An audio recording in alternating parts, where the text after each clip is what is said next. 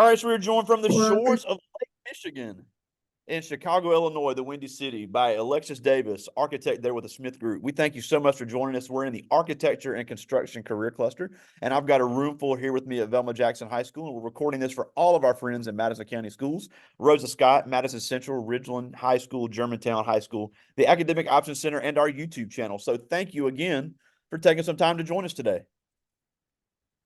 Thank you. Thank you for inviting me. So, I guess I will share my screen Sure, if it's okay. sure. And then we can get started.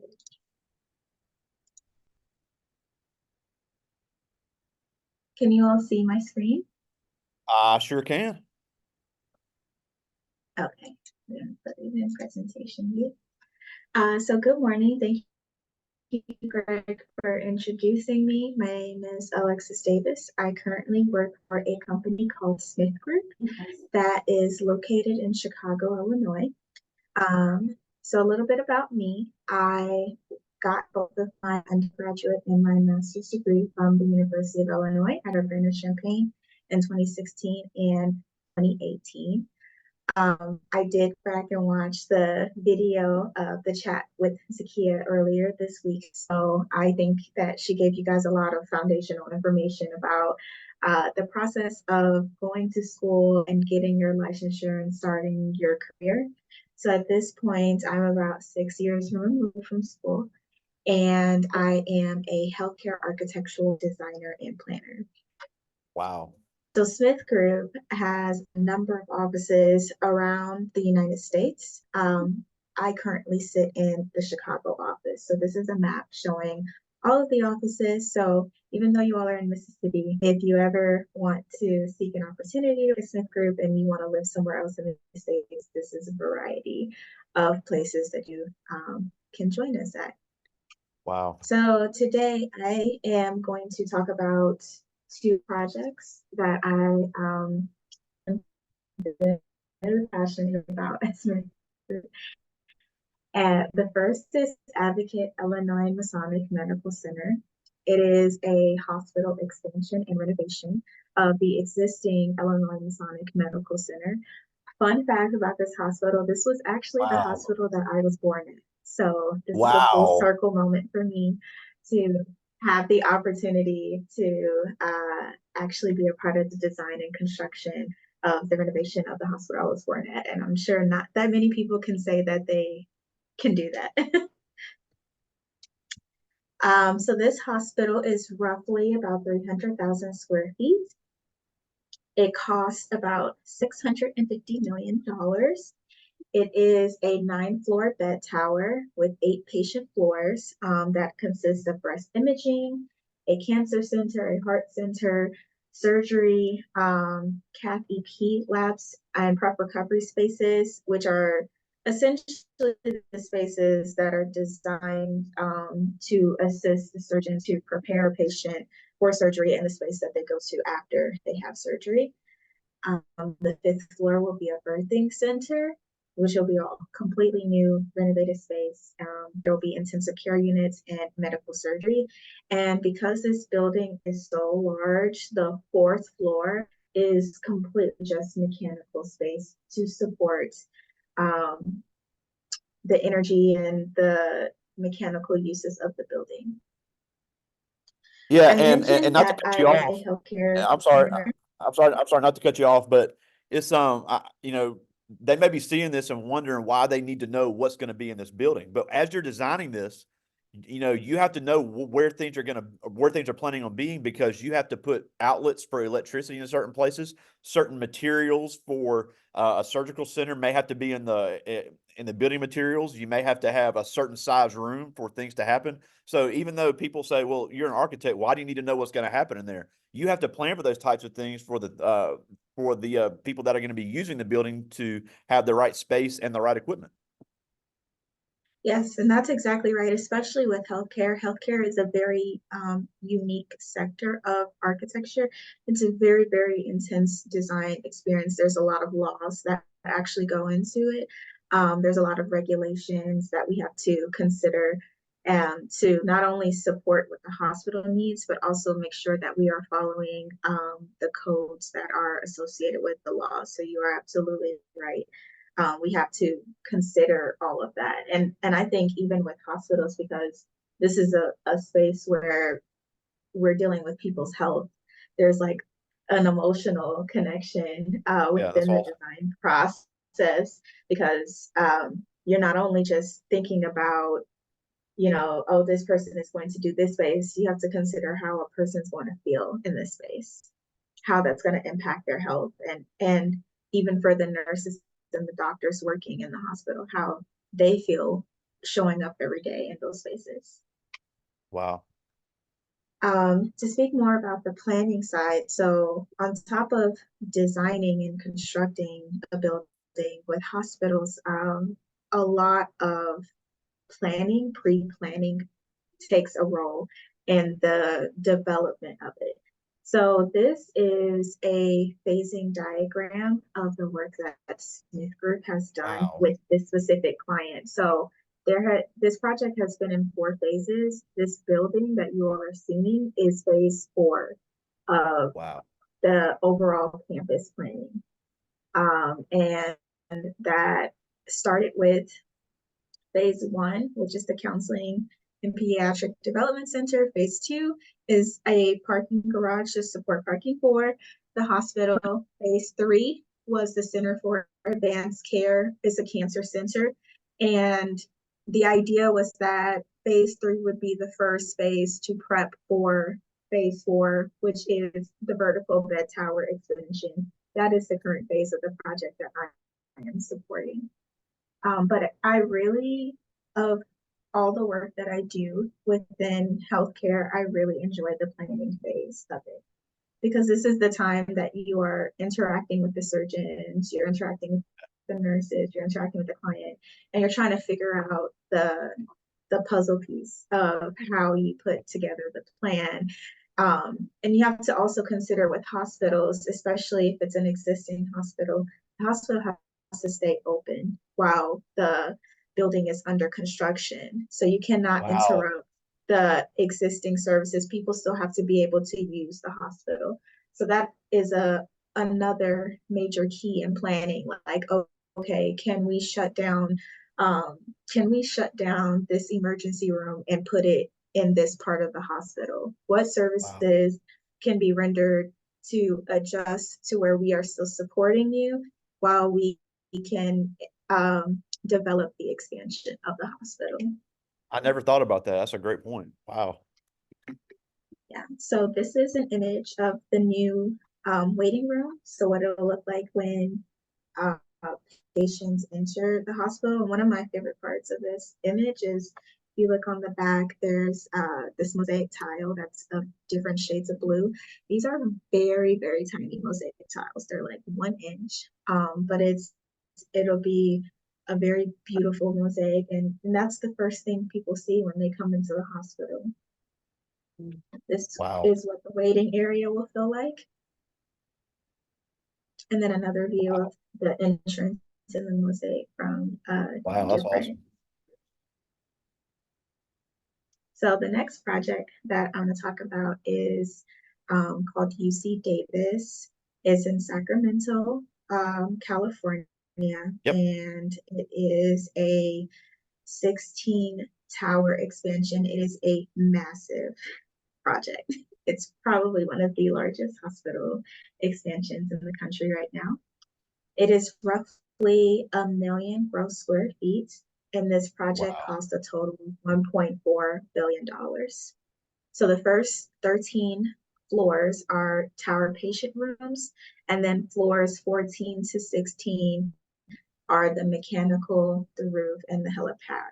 So when you have a Wow. building this massive, you have to dedicate quite a few floors for just the mechanical spaces to support the building. So this is kind Oh, of wow. an what we call an axonometric view, showing the overview of the tower in connection to the existing hospital, that helipad, and the green roof. Here's another view of Wow. the tower. And this project is very, very unique. There's so many people working on this project. So this is also an opportunity for you to just meet new people. Um, and work with other disciplines. I didn't mention, but both of these projects use a similar project delivery method known as integrated project delivery. Now, that is where the architect, the construction managers, and the engineers all work together collaboratively.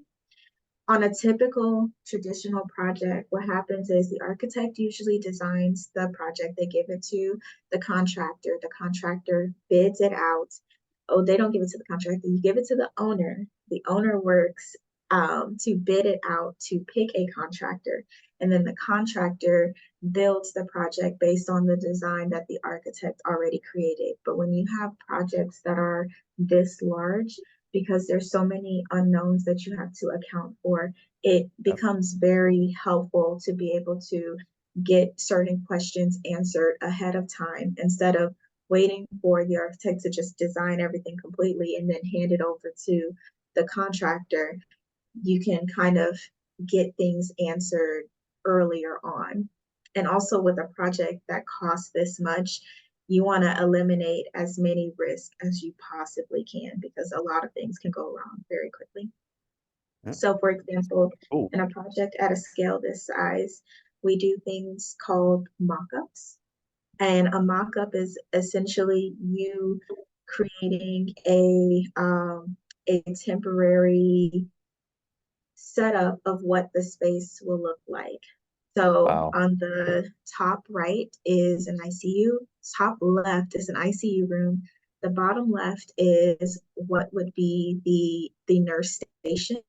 So the stations where the nurses work and they can view the patient rooms.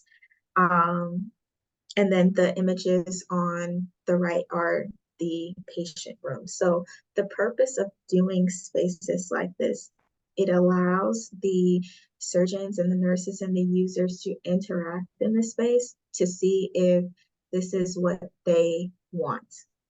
And when you have a Wow. project this big, this is extremely helpful because if there are certain things like, um, say you are in this ICU room and you notice that the sink station is a little bit inconvenient in terms of how you go from the Mhm. sink to the patient bed.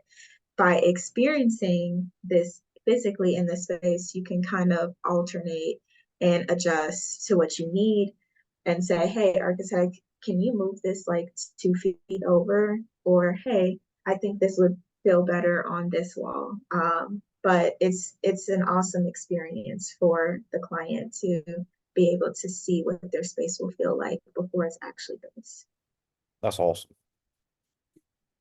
So I wanted to get into why I'm passionate about healthcare architecture.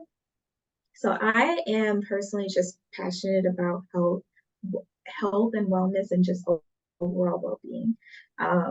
When I was getting my master's degree, and I'm gonna stop sharing. When I was getting my master's degree, I focused on studying how our health, how our environment impacts, and the different ways that the design of the space can impact our mood, can impact our energy, can impact Yep. just our health. Even something when you think about apartments, right? If your apartment has lead that uses lead paint, that can cause you to have lead poisoning, and Yep. that has a number of implications for your health. So I'm just personally passionate about just health overall. And that's why I kind of got into this career. So I realized I kind of went fast. So I hope this leaves enough Oh, time that's for fine. And I have some really good questions I want to get to. And I think that's a great motivation. And we got a couple of questions about that. But a couple of things I wanted to talk about briefly before I got to the students' questions is first of all, obviously, and before you came on, I was talking about it does depending on where you go to school and how quickly you do the certifications, it can be anywhere from 7 to 8 years or 9 years before you really are a licensed architect in your state. So if a kid's like, I don't want to go to school that long, I still want to work in the construction field. You go to site visits and you deal with tradespeople and contractors a lot. And after you design your building, you have to work with them in order to make sure everything is being made correctly for the customer. So, what type of tradespeople are you seeing that are making a very good living in some of these buildings you've designed? I mean, you have positions known as owner's rep. So these are project managers that specifically work with the owner, that help the owner, especially if this owner particularly is not as experienced with construction. This is a person that gives the owner advice on what they should do. There are a number of paths you can take. That's not just becoming an architect. You can directly go into construction management. And I think construction management only requires like a project manager's license, which I think you can get within a 1 to 2 years. Um, Engineering is also a path but that requires you to go to school. And I would say to run down the list of all the types of trades that I work with contractors, I work with owners, I work with mechanical engineers, structural engineers, electrical engineers. Sometimes I work with specialty consultants like a kitchen consultant, Yep. a lab consultant. Like these are people that specialize in very specific things. You can also specialize in being a lead consultant, which is a sustainability license to assist a project and becoming sustainable. There's an endless possibilities of paths you can take that's not just Yeah, architecture. and especially in healthcare design, you're designing, huge hospitals. You're going to have to design for spaces to have all types of electricity run through there. So these people installing the electrical systems, that is a very important, potentially very dangerous job if you don't know what you're doing. But electricians that are installing, plumbers putting, obviously with the and you mentioned the kitchens and the and the sinks and things like that for the nurse station, they're making a lot of money when they're making that correctly on the design that you've created. So it's not just if you can't be an architect, you can't make good money in this field because it really is a team effort working with all types of different people. Yeah, and to expand on what you're saying about the role that the electrical engineers play, when COVID happened, the hospitals had to quickly adjust a lot of how they function. And like one of the biggest things is not just using a central air system because COVID is an airborne disease. A lot of hospitals had to invest millions and sometimes billions of dollars revamping their HVAC to provide airflow to individual rooms because COVID is an airborne disease. So you're talking about one patient being sick in one room and they're coughing, and you have a mechanical system that's flowing through the hospital. That one patient can infect all of the patients in the hospital, and that can create a major issue. So hospitals are very, very unique because you're constantly working to create new solutions to provide um, better health to your patients. Um, yeah, absolutely. Because and you even said if you're passionate about healthcare when you're designing things, you have the end customer in mind, which would be the patient. So it really is a tangible thing that you see. Now, before I get to the students' questions, I just had one more thing I wanted to talk about. This really isn't related to architecture as much, but you went to the University of Illinois there in Champaign, which is a major, huge state university with a lot of students. So we have a lot of kids that want to go to our major universities, which is great because they offer a lot of great things. But talk about how it is to adjust from high school to a major university. So even if a kid doesn't want to go into architecture, when they go to a big place like University of Illinois, University of Mississippi, Louisiana State, some of these around here, it's easy to get lost in the shuffle. So how do you transition from being a high school student to a college student, especially when there's 30,000 people there? Gotcha. So I will first say that I grew up in Houston, Texas. So Houston has very large high schools because they're based on zones. My high school had about 4,000 kids. So I was kind of not at the scale of the university. I was a little bit used to being around a lot of kids, but I think The biggest adjustment is making sure that you just stay on top of yourself. When you get to college, your college professors are not going to be like your high school teachers. They're not going to make sure you're doing your homework. They're not going to make sure that you're showing up to class. Like college is a very self-motivated area, and you just have to be on top of yourself. One of the things that I did, I think that helped my first year there be a great transition is that I set a goal for myself that if I wanted to be social and I wanted to participate in social activities that are hosted by the school and just by the students, that I needed to make sure my homework was done first. And you're not in class all day. And that's an exciting part, right? Like finally, I don't have to be in class from 8 a.m. to like 3 or 4 p.m. You only have classes maybe 1 to 2. If you have three or four classes, that's 4 hours out of your day. So if you're used to being in class 8 hours out of the day and now you've gone down to four, well, guess what? You have 4 hours now to get your work completed and still have time to do the things that are fun to you. But if you do transition into a big state school, just remember that because there are so many students, that the university just does not have the capacity to give individualistic care to every single student. But the benefit of big state schools like U of I is that they have a lot of resources. Like they have a counseling center, they have plenty of tutoring sources, um, the libraries. If your school has a gym, take advantage of it because gyms are not free when you graduate from college. But really take advantage of trying to network to see what your resources are on campus. And I'm glad you mentioned that because that was the other thing I was going to say is as important as a great GPA is in college, learning to network and getting your name out in these professional organizations, finding an internship to um to find a path to get your name out there because a thousand people could apply for a job and they're going to hire three. You have to find a way to stand out. And I think college is a great time for that too. Everybody doesn't have to do the fraternity and sorority thing. If you want to, that's great. But there's other ways you can get involved and really get your name out there to have a great college experience to take you to that next career step. And every major, no matter what it is going to have professional organizations that you can join to do that. Yeah, and also really prioritizing the relationships you build with your college professors is so important. Go to those office hours. Professors always have to set aside time for students to come and visit. Building that relationship is so important. A lot of the professional opportunities that were given to me were through the connections that my professors at the university had. So yeah, don't feel too shy, even if it's just going in to talk for about 5 to 10 minutes. That's another way for you to stand out because most students don't go to those office hours.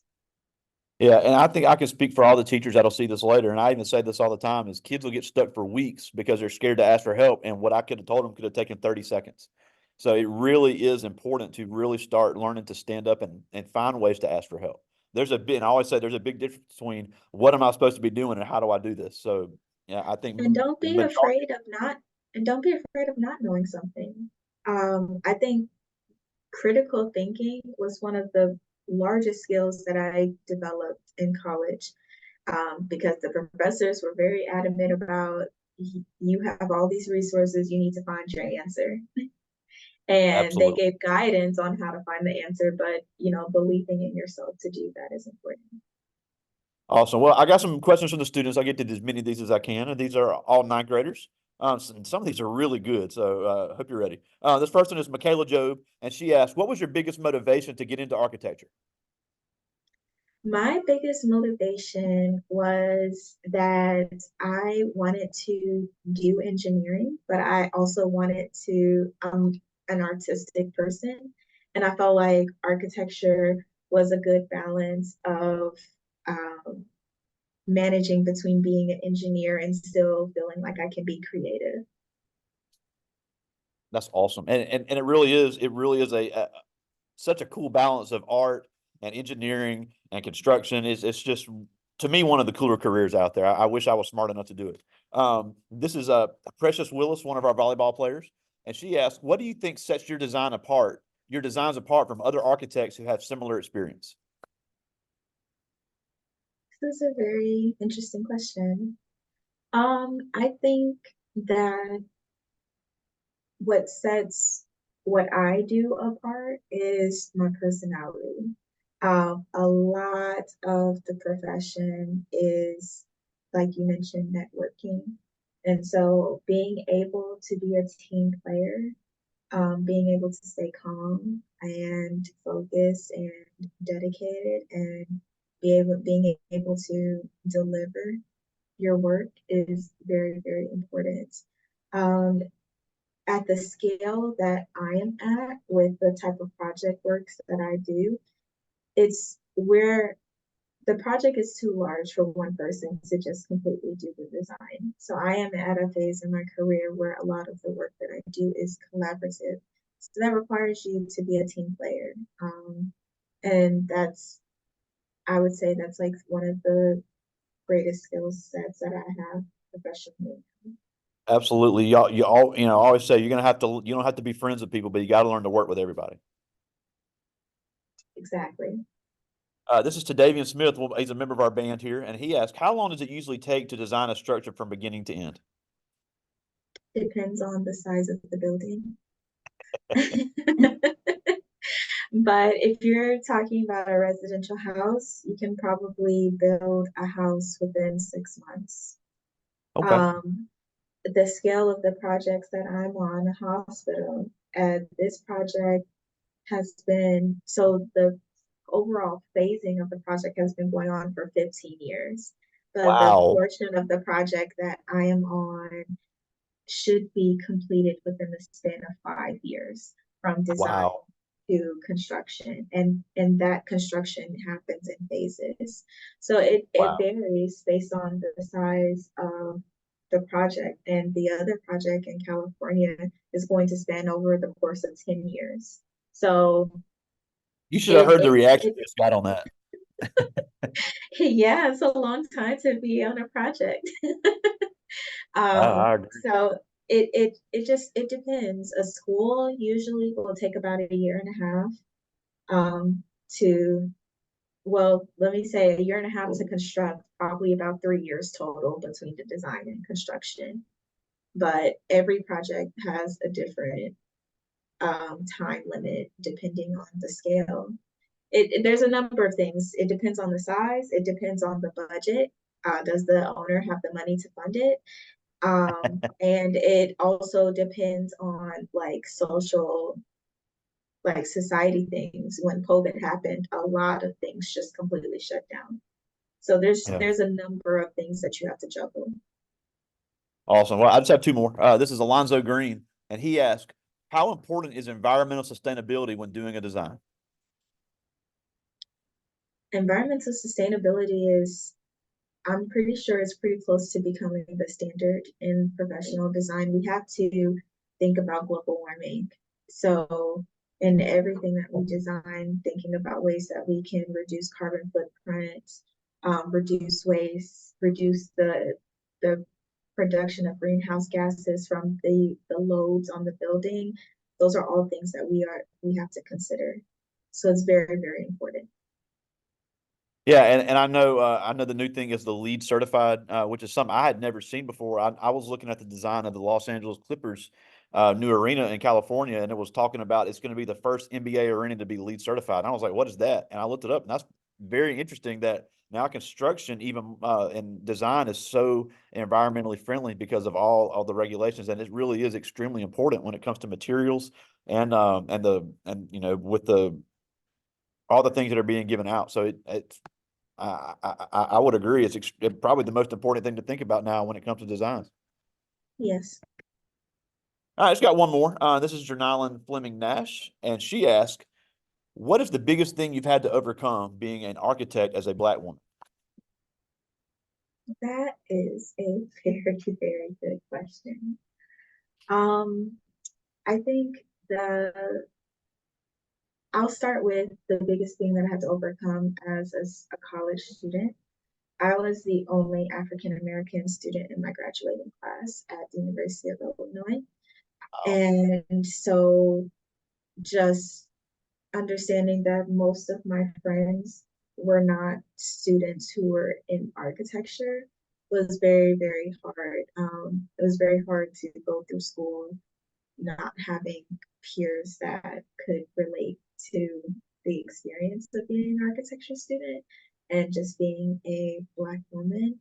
I think professionally, learning the balance of uh, just managing speaking up for myself, not just as a Black person, but as a woman in a male dominated field, feeling comfortable enough to advocate and speak up for myself. Because in life in general, you know, that saying closed mouths don't get fed, you have to speak up, you have to advocate, you have to say what it is that you want and be adamant about that, and also feel confident and secure enough in what you know and that it being substantial enough.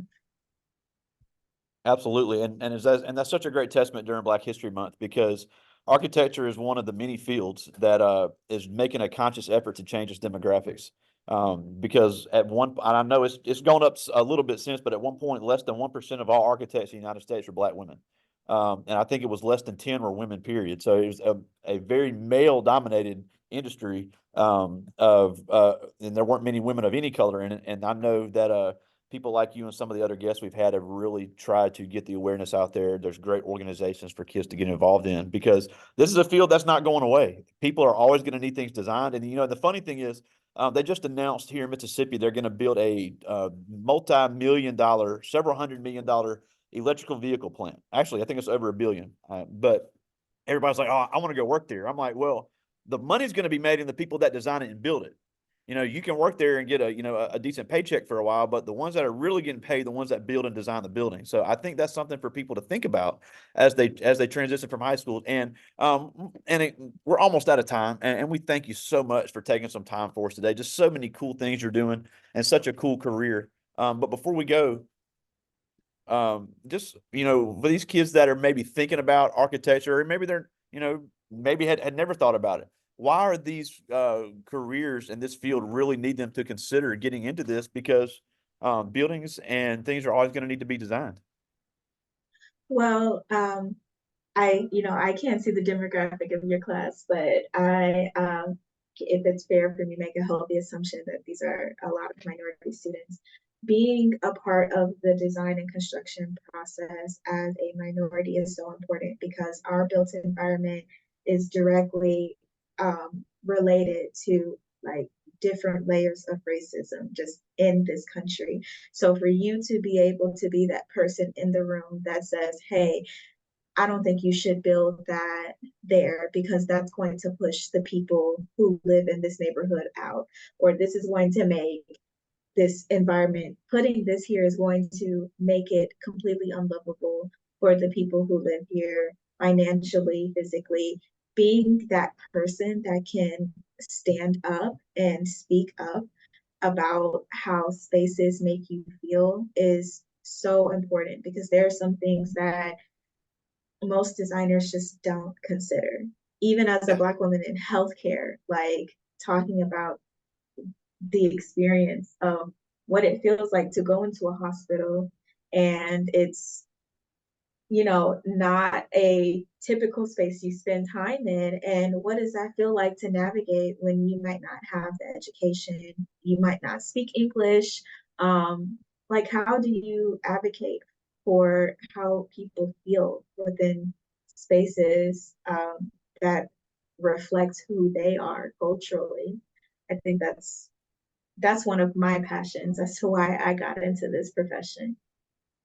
That's awesome. And just like any other field, it needs good people, it needs young people, and it needs a diverse group of people. So no matter who you are, uh, architecture can use you. And we have great architecture program at Mississippi State University, and I'll get the information out about NUMA, which really pushes underrepresented groups of all kinds to get into architecture here in Jackson. So a lot of opportunities for a field that is not going away. And we're just so impressed by what you're doing. And we thank you so much for taking some time for us today. to show some really cool things. I still think this is one of the coolest jobs there is. So Alexis Davis, all the way from Chicago, Illinois. Thank you so much for joining us today. Yeah, thank you so much for having me. All right. Thank you so much. Talk to you soon, buddy. All right, bye. See ya.